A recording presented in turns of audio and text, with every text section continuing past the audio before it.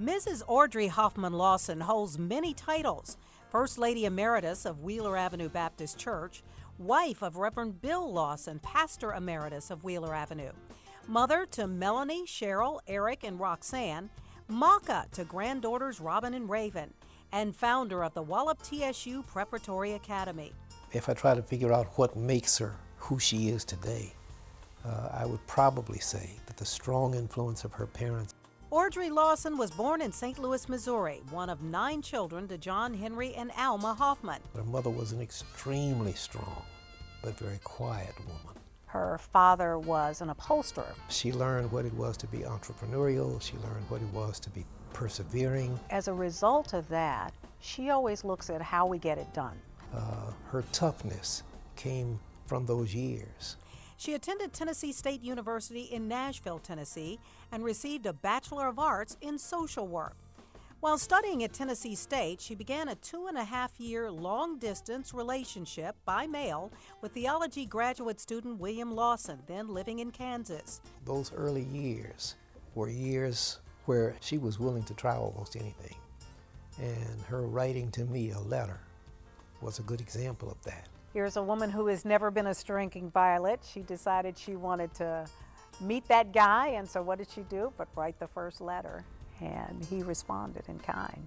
3 years, 600 letters, and only saw her 9 times, and the 9th time was the wedding.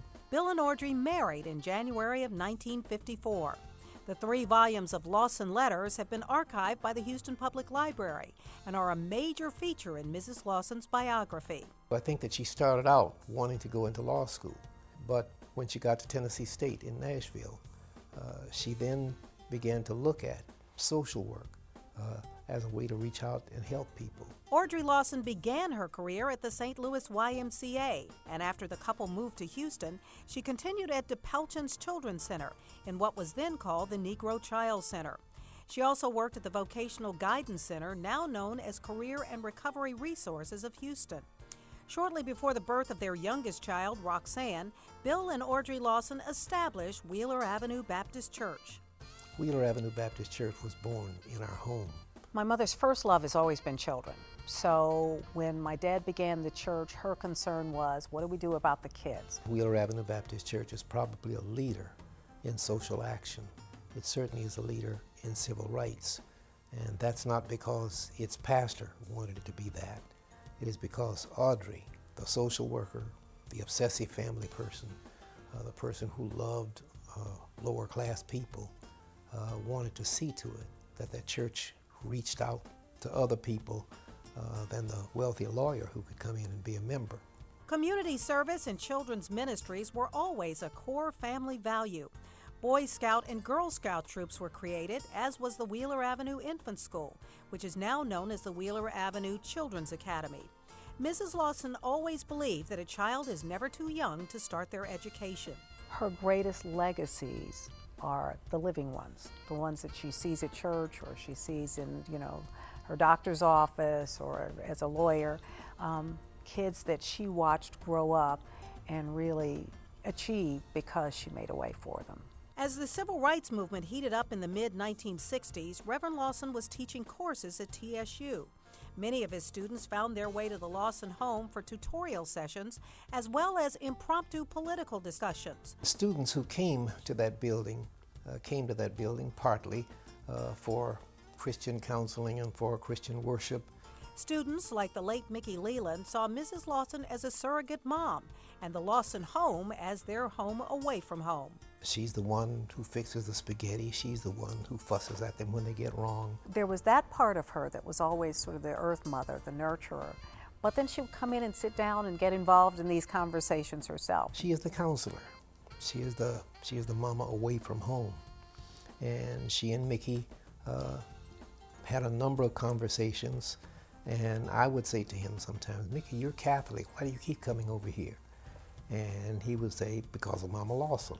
In 1996, at his 50th anniversary of the entry into the ministry, Reverend Lawson was gifted by community members with a fully funded nonprofit to use in any way he saw fit. Mrs. Lawson saw an opportunity to use it to establish a charter middle school for boys, the Walla Preparatory Academy for Boys. Together, number 4. Tenacious. Tenacious. She thought that the most important thing would be to have a school, an academy that was single gender, that focused in the beginning on boys, because it was so important to her that young African American boys have strong role models and strong mentorships, and that they learned things that perhaps traditional schools didn't teach them. I'm most proud of the fact that she has pushed these young people, and because she was so concerned about what happened to young blacks, especially young black males. We can focus on our work more than we do on girls. It has since become a state charter, and a girls' middle school soon followed.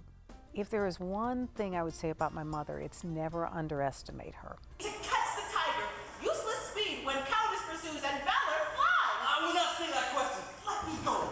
Mrs. Lawson has another passion that leaves a major legacy for the city of Houston, black theater. She didn't want to see it put on good plays. She wanted to see it cherish the heritage. The Ensemble Theater was the creation of brilliant writer-director George Hawkins, but it was struggling to survive. And when George became terminally ill, Mrs. Lawson took the initiative to fundraise, ensuring its members and fans that the show will go on. And one of the last things she promised him on his deathbed was that she would make sure that the theater continued. She did that. She did that not because she's Bill Lawson's wife, but she did that because she's Audrey Lawson. She wanted to see to it that the ensemble was not simply a place that owned its building, but a place that actually could give leadership to the theatrical community. She would marry these two sides of her, the very creative side and the very practical side, to go out and raise money to buy a building for the theater. She raised millions of dollars to do that. And then Audrey, who is still a bulldog, refused to be satisfied when they bought the building. She wanted to completely remodel the building and turn it into a real theater. The ensemble probably reflects the most complete package of her. That's the reason why one of the smaller theaters is named the Audrey H. Lawson Theater. Yes, I'm on the battlefield for my Lord.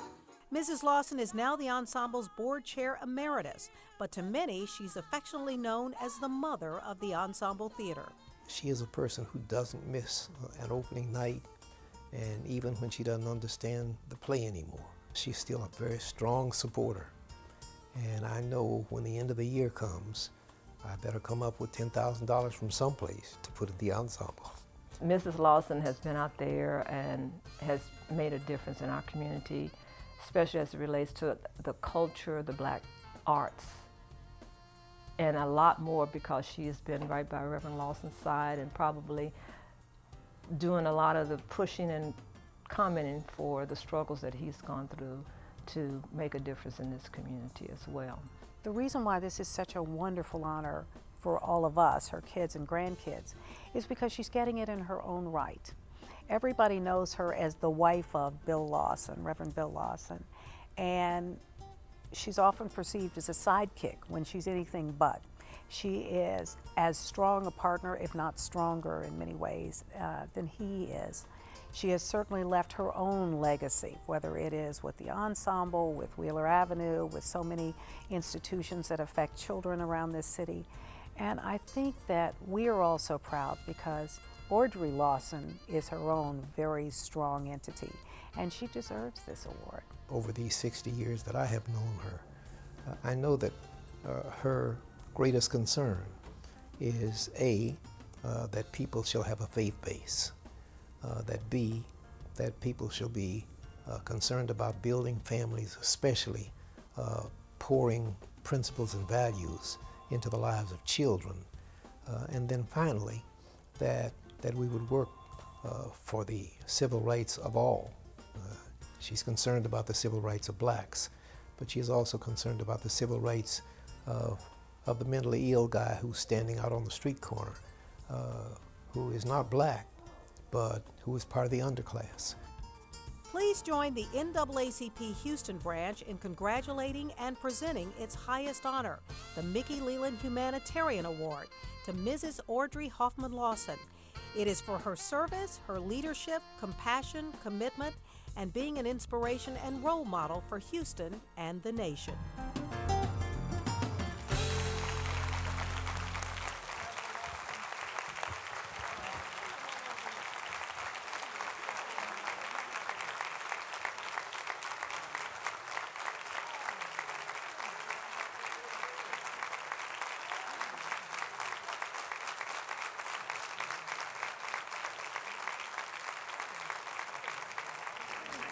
As the youngest of the Lawson crew, I saw Audrey Ann Hoffman Lawson in a different way from my brother and sisters.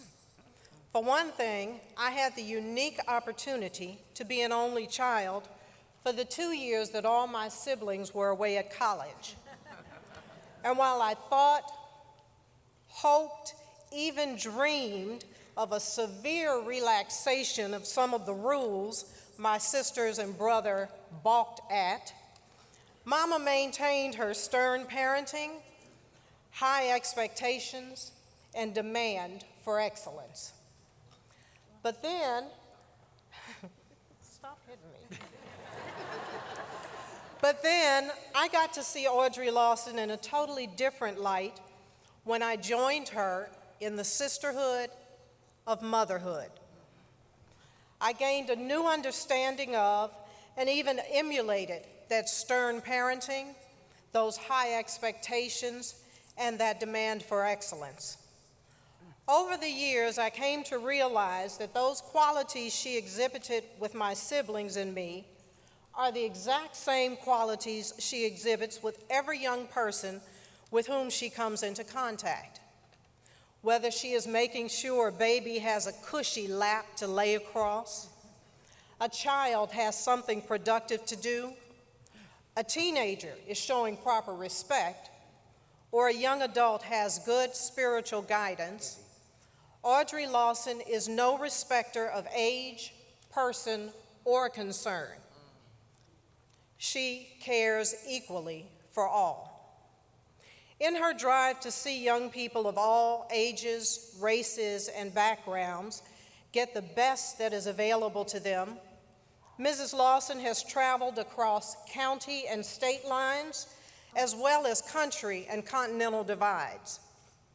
When the best is not available to them, she lovingly donates her time, her effort, and her finances to make it possible for them to have a better chance for success. Justice and equality for all was most often seen in her efforts to ensure that the youth were accommodated. Thank you for recognizing this extraordinary and talented woman with such a prestigious award. You honor her for something that comes to her very naturally. She is being highlighted for accepting every human being for just being human. She is being applauded for ignoring and abolishing biased social views, prejudice, and racism. She is being acknowledged for her work in ensuring justice and equality for all. You call it being a humanitarian. I call it being a mother. Thank you, Mama. Good job. On behalf of Audrey, Bill, Melanie, Cheryl, Eric, and Roxanne, we thank you very much for this award.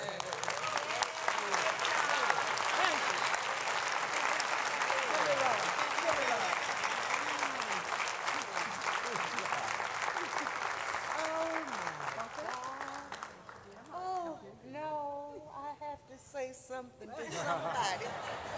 Oh, this is unbelievable, you all. And I just want to say thank you. I don't know what they have been doing. I don't know why they did it. And to come over here and just do all of this around here, I don't know anything about it. But I feel awful to be here with this whole group of people that don't know what they're doing and don't let, I mean, it's just unbelievable. Thank you so much, so much, so much for anything that you say or do.